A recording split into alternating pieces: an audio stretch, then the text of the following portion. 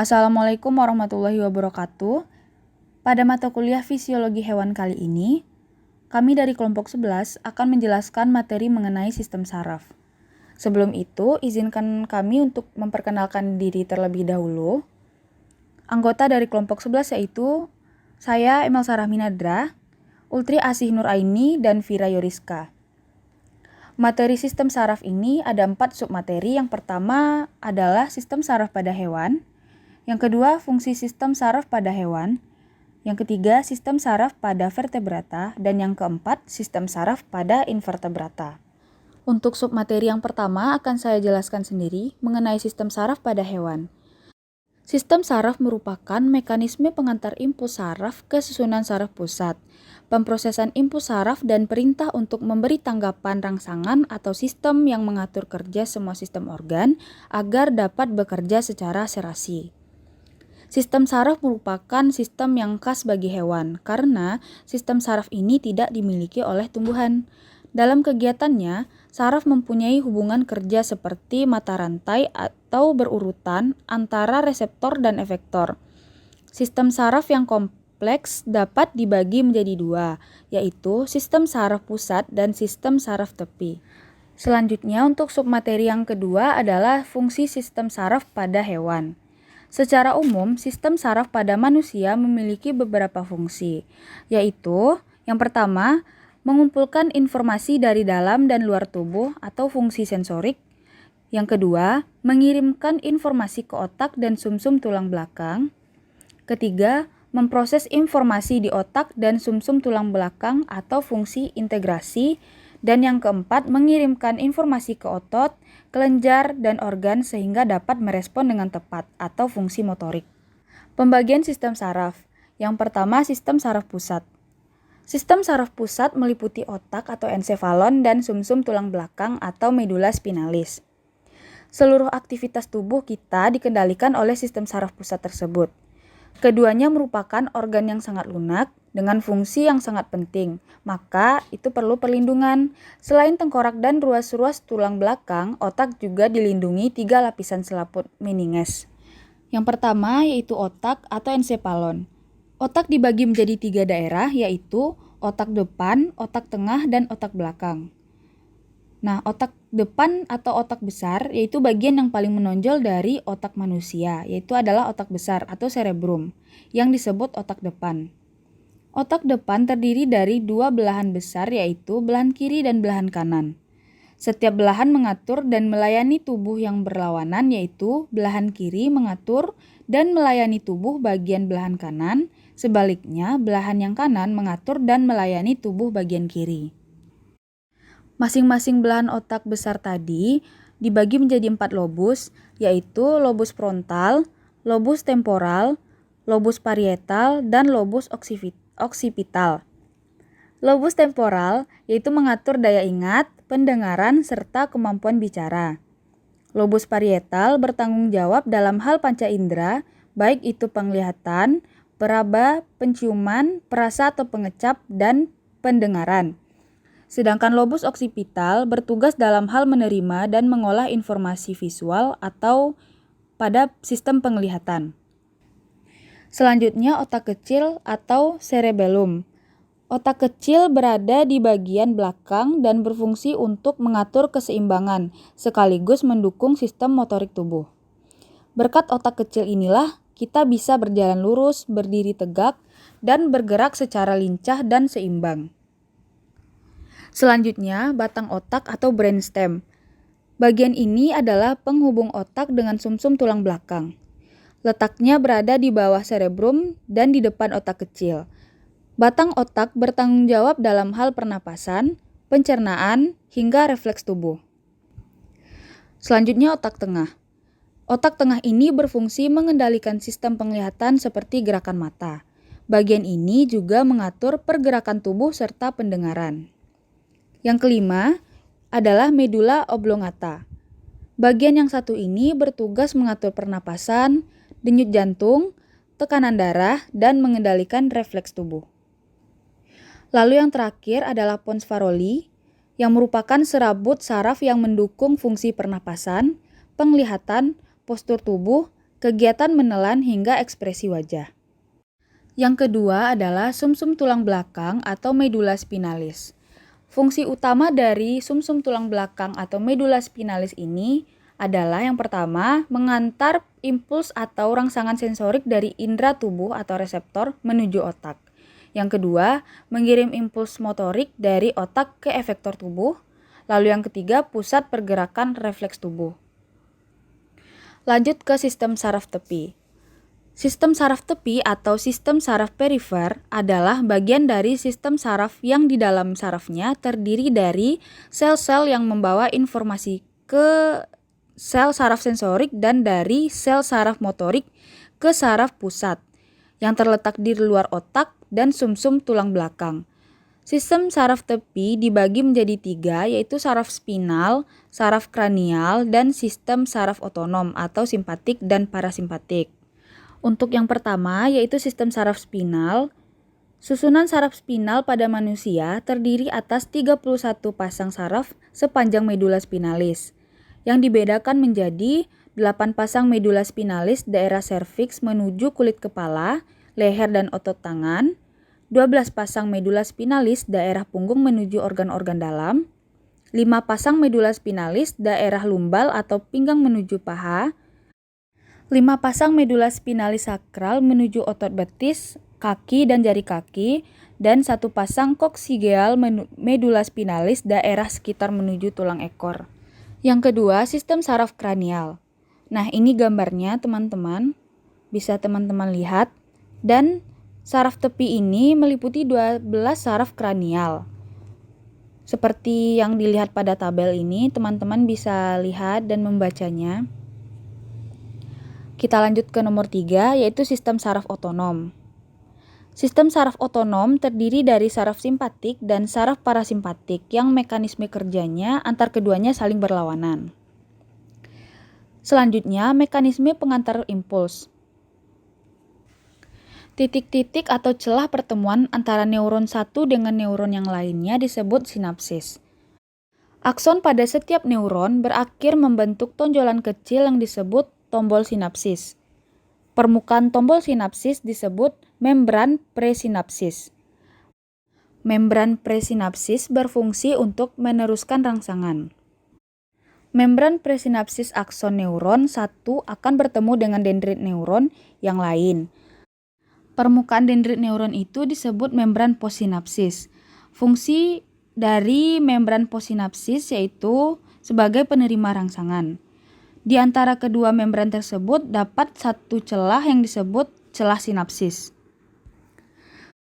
Bila impuls telah berada di ujung akson tersebut akan mengeluarkan neurohormon yang disebut juga dengan neurotransmitter. Zat ini bersifat memacu dan mengantarkan impuls ke ujung dendrit neuron yang lain. Ada beberapa neurotransmitter yang dikenal yaitu asetilkolin, serotonin, dan dopamin. Ketiganya merupakan neurotransmitter yang terdapat di seluruh sistem saraf. Jika impuls saraf tiba di tombol membran presinapsis, akan terjadi peningkatan permeabilitas membran presinapsis terhadap ion Ca2+. Akibatnya, ion ini masuk dan gelembung sinapsis melebur dengan membran presinapsis sambil melepaskan neurotransmitternya ke celah sinapsis. Neurotransmitter ini membawa impuls ke membran postsinapsis. Setelah menyampaikan impuls, selanjutnya neurotransmitter dihidrolisis oleh enzim yang dikeluarkan oleh membran postsinapsis, misalnya asetilkolinesterase. Jika neurotransmitternya dihidrolisis menjadi kolin dan asam etanoat, kedua senyawa hasil hidrolisis ini akan disimpan di gelembung sinapsis untuk dipergunakan lagi. Baik, saya akan melanjutkan penjelasan materi tentang sistem saraf pada vertebrata. Yang pertama yaitu Pisces. Sistem saraf ikan terdiri atas sistem saraf pusat dan sistem saraf tepi. Sistem saraf pusat terdiri atas otak dan sumsum tulang belakang. Otak ikan terdiri atas otak depan, otak tengah, otak kecil, dan sumsum lanjutan. Sistem saraf tepi terdiri atas serabut saraf otak, dan serabut saraf dari sumsum tulang belakang. Otak depan berhubungan dengan saraf pencium dan hidung, sedangkan otak tengah berhubungan dengan saraf penglihat. Yang kedua yaitu amfibi. Hewan amfibi memiliki otak depan, otak tengah, otak belakang, dan sumsum lanjutan yang membentuk suatu sistem saraf pusat.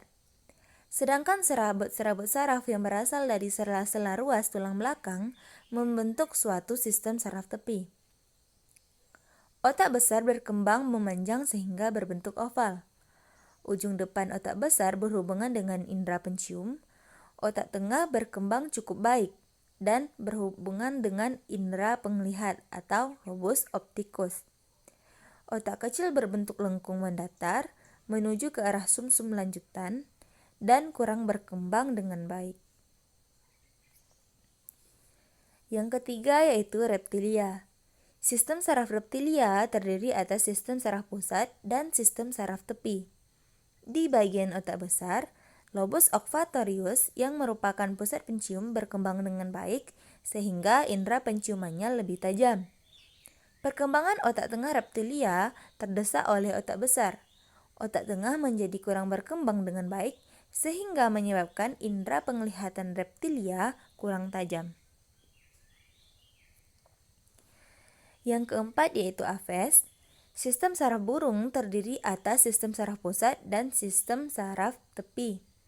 Sistem saraf pusat terdiri atas otak dan sumsum tulang belakang. Sistem saraf tepi terdiri atas serabut-serabut saraf yang berasal dari otak dan serabut-serabut saraf yang berasal dari sela-sela ruas tulang belakang. Otak burung terdiri atas otak depan, otak tengah, otak belakang, dan sumsum lanjutan. Otak besar sebagai bagian utama dan otak depan terbagi menjadi belahan kanan dan belahan kiri. Permukaannya tidak berlipat-lipat sehingga tidak menampung lebih banyak sel-sel saraf seperti pada otak besar manusia. Dan yang terakhir yaitu mamalia. Bagian-bagian otak mamalia terdiri atas otak depan, otak tengah, dan otak belakang yang berkembang dengan baik. Selain itu, mamalia juga memiliki sumsum lanjutan dan sumsum tulang belakang atau medula spinalis. Baik, di sini saya akan menyambung penjelasan dari teman saya tentang sistem saraf pada invertebrata. Yang pertama itu ada porifera. Tubuh porifera masih di organisasi tingkat seluler, artinya tersusun atas sel-sel yang cenderung bekerja secara mandiri. Masih belum ada koordinasi antara sel satu dengan sel lainnya. Spon atau porifera ini adalah satu-satunya hewan tanpa sistem saraf. Tidak memiliki sel saraf ataupun sel indera, akan tetapi adanya sentuhan atau tekanan menyebabkan kontraksi lokal tubuhnya. Yang kedua ada Coelenterata. Sel-sel saraf terletak di bagian bawah dari jaringan sel-sel epiteliomuskular dan sejajar dengan lapisan mesogeal. Sel saraf merupakan derivat epidermis dan diduga merupakan perkembangan dari sel interstital yang kemudian masuk ke dalam lapisan mesoglea. Setiap sel saraf terdiri atas badan sel dan cabang-cabang yang merupakan processus atau tonjolan yang disebut neurit.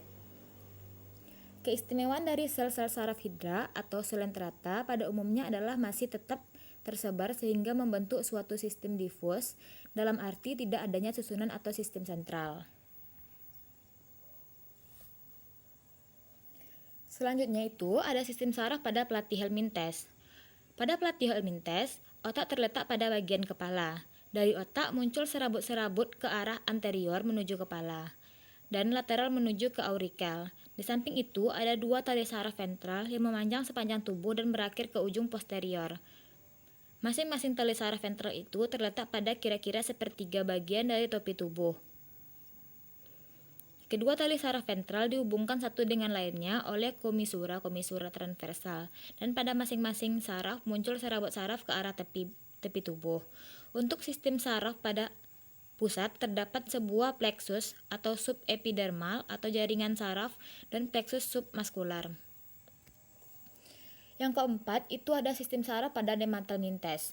Sistem saraf meliputi sebuah cincin sirkufaringeal yang mengelilingi faring. Cincin saraf ini tersusun oleh serabut-serabut saraf dan sel-sel saraf difusi. Cincin saraf sirkufaringeal ini berhubungan banyak dengan ganglion. Ada ganglion dorsal yang tidak berpasangan dan ganglion subdorsal yang berpasangan. Pada tiap sisi dari cincin saraf sirkufaringeal terdapat sebuah ganglion lateral yang terbagi menjadi 6 ganglion. Yang kelima, ada sistem saraf pada annelida. Sistem saraf pada cacing atau annelida tanah pada annelida memiliki sistem saraf yang sederhana namun sensitif. Walaupun sederhana, tetapi sudah mempunyai perkembangan sistem saraf yang lebih maju, yaitu telah terbentuknya ganglia segmental sepanjang tubuhnya. Ganglia segmental tersebut dihubungkan dengan tali saraf ventral. Sistem saraf cacing tanah disebut susunan saraf tangga tali, yaitu berupa sederetan ganglion yang terdapat pada setiap ruas tubuhnya. Yang keenam, ada sistem saraf pada arthropoda. Sistem saraf pada arthropoda merupakan sistem saraf tangga tali. Terdiri atas pasangan ganglion otak yang dihubungkan dengan saraf ventral. Alat inderanya merupa antena dan kaki yang merupakan alat peraba. Selanjutnya, sistem saraf pada echinodermata. Sistem saraf ini terdiri dari batang saraf radial pada masing-masing lengan yang menjulur di atas alur ambulakral. Batang-batang saraf radial bertemu pada cincin saraf oralis yang melingkar daerah mulut dan oral. Pada masing-masing batang saraf radial terdapat cabang. Yang pertama itu ada sepasang saraf ke daerah aboral, yang kedua ada saraf ke aboral peritoneum, serabut-serabut saraf yang menuju ke indera peraba pada kaki. Ujung saraf radial mengecil, lunak, bersambungan dengan indera peraba dan titik mata yang pekat terhadap sinar. Di antara sel-sel epidermis terdapat daerah-daerah jaringan saraf, sedang pada brachia dermalis terdapat alat sensoris. Selanjutnya, ada sistem saraf pada moluska. Sistem saraf pada moluska secara khas terdiri atas sebuah cincin saraf. Moluska memiliki ganglion kaki yang berperan mengontrol kaki. Ganglion cerebral berfungsi menggabungkan informasi sensori dan ganglia lain berfungsi mengontrol fungsi tubuh lainnya. Sistem saraf dari beberapa spesies moluska juga menghasilkan hormon yang mengatur beberapa fungsi seperti pelatakan telur dan pertumbuhan. Sekian dari kami kelompok 11. Kami mohon maaf jika ada salah kata atau salah dalam penyampaian. Teman-teman bisa mengirimkan kritik dan saran atas presentasi kami tadi ke grup WA, sekaligus juga nanti pertanyaannya juga di dalam grup WA. Terima kasih atas perhatiannya. Assalamualaikum warahmatullahi wabarakatuh.